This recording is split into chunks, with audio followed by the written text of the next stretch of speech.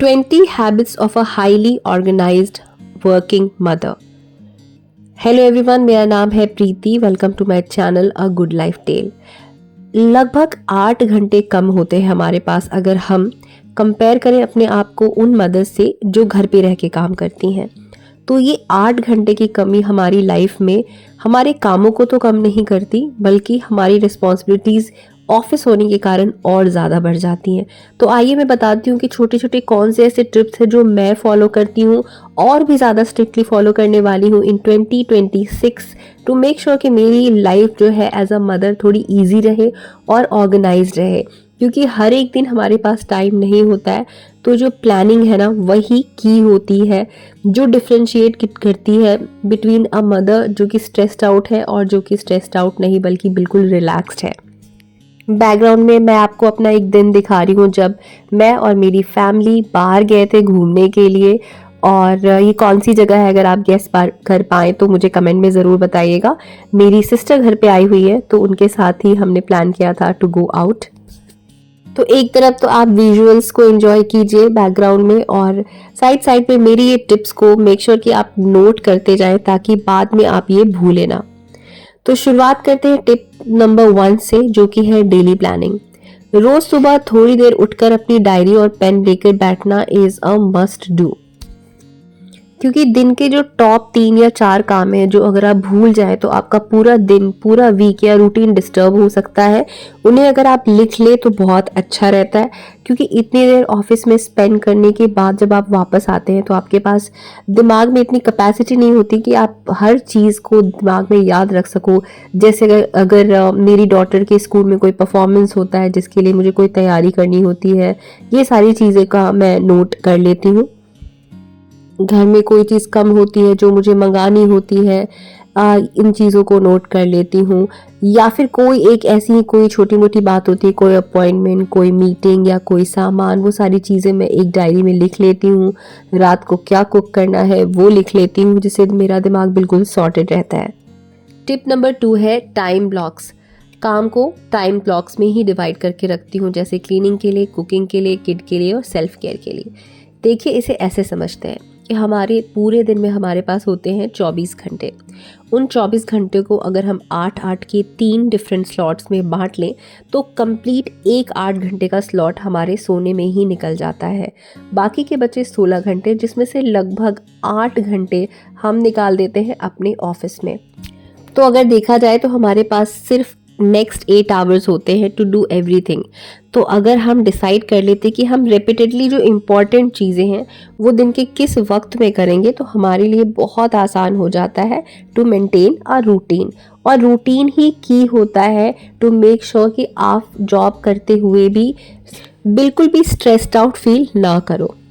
जैसे हमारे लिए जिन दिनों हम ऑफिस जाते हैं उन दिनों हमारा जो वर्कआउट का रूटीन या जिम का रूटीन होता है वो अर्ली मॉर्निंग होता है, और जिस दिन हम वर्क फ्रॉम होम करते हैं हमारा जो टाइम ब्लॉक होता है वो 8 to 10 के बीच वर्कआउट के लिए रिजर्व्ड होता है। उसी तरीके से अगर मुझे ऑफिस जाना होता है तो सुबह का जो वक्त होता है early morning between 7 to 8 divided होता है आद्या का लंच बॉक्स पैक करने और उसे स्कूल ड्रॉप करने में।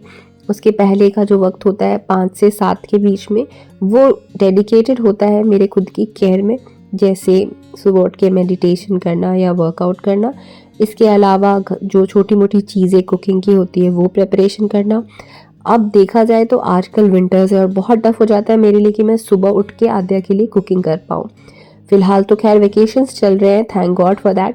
लेकिन अगर ये वेकेशन टाइम नहीं भी होता तो मैं इंश्योर करती कि रात का थोड़ा सा वक्त मैं उसके लंच बॉक्स प्रेप के लिए छोड़ दूँ, या फिर रात में थोड़ा एक्स्ट्रा बना लूँ जो मैं सुबह उसको लंच बॉक्स में स्कूल के लिए दे सकूँ। तो इस तरह से मेरे जो लिमिटेड स्लॉट्स हैं ना मैं बुक कर देती हूँ। मैं माइंडफुली देखती हूँ कि ये पर्टिकुलर टाइम हर दिन मेरा उसी काम में जाता है। उसके बाद जब मैं ऑफिस से वापस आती हूँ, मेरा क्योंकि एक हाइब्रिड मॉडल है तो कई दिन मैं बहुत जल्दी भी ऑफिस से वापस आ जाती हूँ, तो करीब 4 बजे तक मैं ऑफिस से वापस आ जाती हूँ। तो 4 से 5 के बीच में बिल्कुल रिलैक्स होती हूँ। वो टाइम मेरे कुछ भी करने का नहीं होता है और मेरे घर में सभी को पता है कि इस वक्त मैं रिलैक्स करूँगी और वो मुझे किसी भी तरह के काम के साथ परेशान नहीं कर सकते। 5 से 6 के बीच में मैं चाय पीती हूँ, इवनिंग स्नैक्स लेती हूँ, अपनी डॉटर को और हस्बैंड को भी स्नैक्स बना के देती हूँ, फ़ोन पे बातें करती हूँ। ये सारी मल्टीटास्किंग मेरी चलती रहती है। और साथ साथ मैंने इंश्योर किया है कि इस बीच में मैं थोड़ी बहुत जो होता है ना, लिविंग रूम को फिक्स करना, या फिर अगर मुझे किसी से फ़ोन पे बात करनी है तो मैं ईयरफोन्स लगाकर फ़ोन पे बातें भी कर लेती हूँ। उसके बाद मेरा टाइम फिक्स है 7 टू 8 के बीच में मैं कुकिंग और ईटिंग, तो हमारी डाइनिंग और ईटिंग जो है 8 बजे तक निपट जाती है। 8 से 9 के बीच में वॉक करती हूँ और वही टाइम होता है मेरा मेरे नेबरहुड में जो मेरी फ्रेंड्स हैं उनके साथ इंटरैक्ट करने का, मिलने का। इससे मुझे थोड़ा-सा अपने लिए भी थोड़ा-सा सेल्फ टाइम मिल जाता है। ये सारी चीज़ें जब निपट जाती है ना, तो एंड ऑफ द डे मैं ज़रूर सोचती हूँ कि नेक्स्ट डे या उसके नेक्स्ट डे मैं क्या कुक करने वाली हूँ, प्लान कर लेती हूँ। मील प्लान प्रॉपर्ली मैं नहीं कहूँगी इसे, बट हाँ, मेरे दिमाग में ज़रूर होता है कि नेक्स्ट फ्यू डेज़ मेरे लंच बॉक्स में क्या जाएगा, आद्या के लंच बॉक्स में क्या जाएगा और हमारे घर में क्या चीज़ें हैं। ये सारी चीज़ें मैं नोट कर लेती हूँ और उन सब का टाइम डिवाइड कर लेती हूँ। रात का जो ये बचा हुआ वक्त होता है, तो मेरा ये जो डेडिकेटेड ब्लॉक होता है ना, 9 से 10 के बीच में थोड़ा बहुत टीवी देखना और बहुत सारी फूड प्रिपरेशंस मैं कर लेती हूँ ताकि नेक्स्ट डे मुझे अर्ली मॉर्निंग कुकिंग ना करना पड़े। इसी तरीके से मोस्टली ऑल्टरनेट डेज़ जब मैं ऑफ़िस नहीं जाती हूँ, मोस्टली जैसे ही मेरी डॉटर स्कूल से आती है और उसने लंच कर लिया होता है, तो वो टाइम डेडिकेटेड होता है उसको पढ़ाने का। वो मेरा फ़िक्स्ड होता है कि जब वो स्कूल से आ जाएगी और खाना खा लेगी तो मैं उसके साथ बैठूँगी और उसे खाना खिलाऊँगी।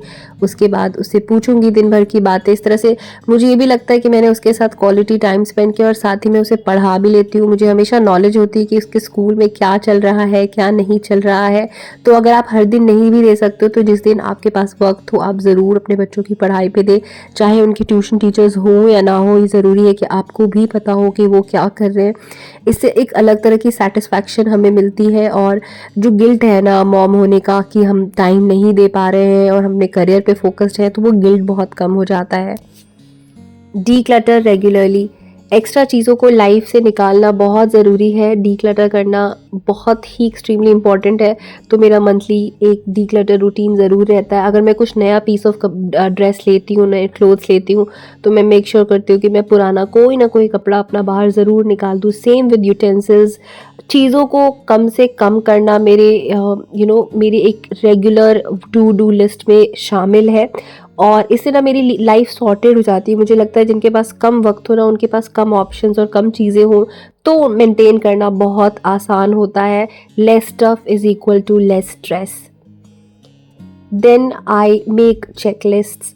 हर टास्क का ना एक चेकलिस्ट होना चाहिए और हर दिन जब आप वो कर लो तो आप उसको टिक मार्क कर सकते हो। अगर डेली पे नहीं तो मेरे जैसे जो डीप क्लीनिंग की बेसिकली रूटीन्स है ना, उसके चेकलिस्ट में बना के रखती हूँ क्योंकि वो मुझे कई बार याद नहीं रहते। जैसे डीप क्लीनिंग करने की कुछ चीज़ें होती है, जैसे कबर्ड खोल के उसको क्लीन करना या फिर खिड़की दरवाज़ों को क्लीन करना।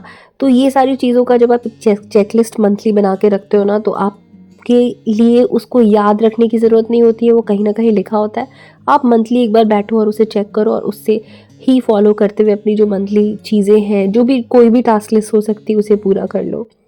वीकली मील प्लान, ऑनेस्टली इस पे मुझे अभी भी काम करना है। मैं वीकली मील प्लान नहीं कर पाती हूँ, लेकिन हाँ, मैंने देखा है कि जब भी मैं वीकली मील प्लान कर लेती हूँ तो मेरे लिए बहुत आसान हो जाती है लाइफ। शॉपिंग भी उसके अकॉर्डिंग कर पाती हूँ और कुकिंग भी बहुत ईजी हो जाती है। हाँ, पर मैं 2 या 3 दिन में एक बार ज़रूर प्लान कर लेती हूँ कि मेरे घर में क्या बनने वाला है। और हाँ, वीकली मील प्लान का ना एक और बहुत बड़ा बेनिफिट मैंने अपनी लाइफ में देखा है कि आप हेल्दी खाना अगर खाना चाहते हो, हाई प्रोटीन डाइट लेना चाहते हो, खुद या बच्चों को देना चाहते हो, तो being such a busy mom ना आपके लिए बहुत ज़रूरी है कि आप उसको प्लान करके देखो। और I am still in the process of learning it. I hope इस साल मैं इस हैबिट को परमानेंट ज़रूर बना लूँगी। Next point is daily cleaning habit. पहले मेरे साथ क्या होता था ना कि मैं हर काम को कल पे टालते टालते वीकेंड तक मेरे पास इतना सारा काम हो जाता था कि मैं वीकेंड्स को एंजॉय नहीं कर पाती थी। इसलिए मैंने हैबिट डाली है रोज़ थोड़ा थोड़ा 10-15 मिनट क्लीनिंग करने की, मेरे पास जब जैसा टाइम हो।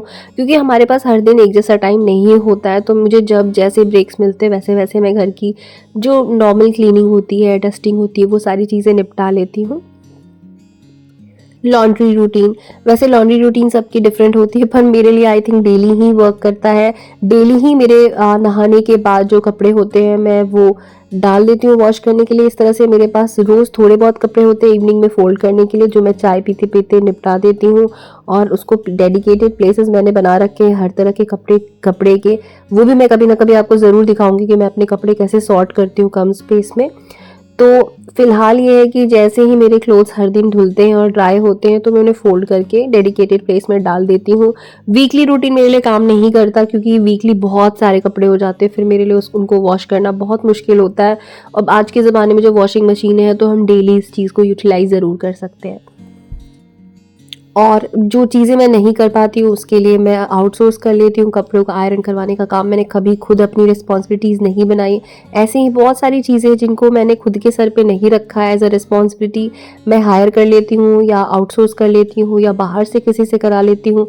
उसमें से एक चीज़ आयरनिंग है। वैसी काफ़ी सारी चीज़ें हैं जो मेरे से नहीं हो पाती, उन्हें मैं करने की कोशिश भी नहीं करती।